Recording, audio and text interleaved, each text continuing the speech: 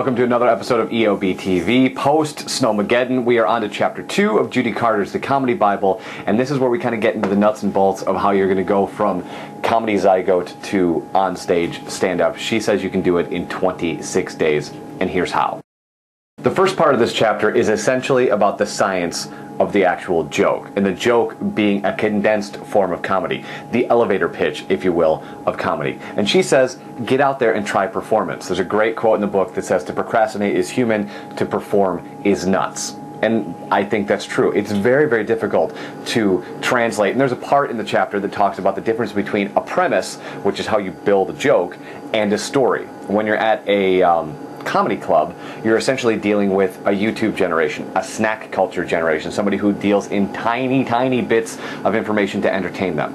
Thus, a joke. When you're at a party, a dinner, something like that, you're surrounded by people you already know probably. So they're going to be more apt to listen to your longer stories as opposed to your tinier jokes. Stories, not for stand-up comedy.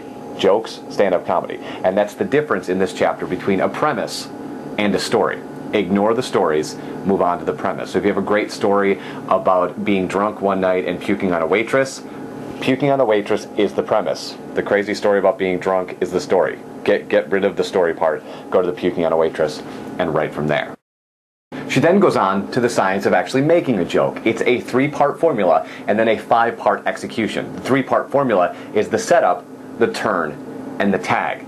And I brought Antonio along on this part, and he's actually going to tell a joke. Then we're going to break it down into 3 parts: the setup, the turn, and the tag. So here you go. So I don't know if you've ever been to a nightclub and heard the crazy DJ MCs or whatever. I do a lot of that now to make some extra cash. And if you go to any nightclub anywhere at all, they do the exact same thing. Just a bunch of yelling, running around, jumping on things. And one of their catchphrases, one of their signature lines is when they go, "Where my single ladies at? Single ladies, make some noise." And yeah, they make noise. I started thinking about that, and do you know how wildly inappropriate that would be if you did that anywhere else in a public speaking profession? Like, I don't know, say you're a guy giving the eulogy. You know what I mean? You're up there and you're...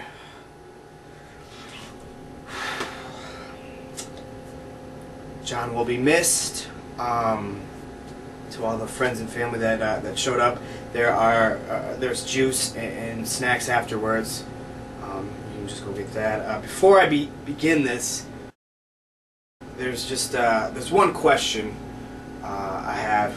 Where are all my single ladies at? Single ladies, make some noise. Where's John's wife? I know your ass is single. Make some noise. Come on. Then it goes on to talk about what I was hitting on earlier, that the people in a nightclub, when you're in a stand-up setting, have a finite attention span, so you have to tell these quick jokes as opposed to long stories. You got to think of it like drunk people with a remote control. As soon as they're bored, they shut it off, they don't laugh. She also said, even if you don't want to be a stand-up comedian but you want to write comedy, this is a great way to start because you kind of pick up timing and pacing and what makes a joke. Look at the Twitter account, Shit My Dad Says. That started as a Twitter account and became a book and then an awful TV show. So there is room in there for you to make a mistake and make a horrible TV show that doesn't translate at all. The comedy was on Twitter. That was where it was awesome. It was okay in a book and then didn't really make it to TV. But the point is, you can start one place and end up another, and stand-up's a great place to kind of bust your chops. Or cut your chops, or is it cut your teeth?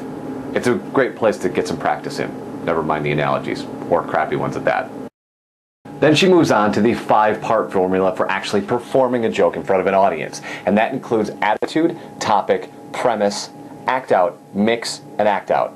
The difference between just an act out, which would be a performance of the joke, an exaggerated hand movement, a voice, a funny character. Think of Seth MacFarlane. That would be an act out. Everything that he does is kind of exaggerated and crazy. A mix is when you tell those jokes and you're acting them out in a way that combines 2 things that the audience wouldn't guess you would put together. There's a Drew Carey example in the book where he tells a joke about dolphin-safe tuna.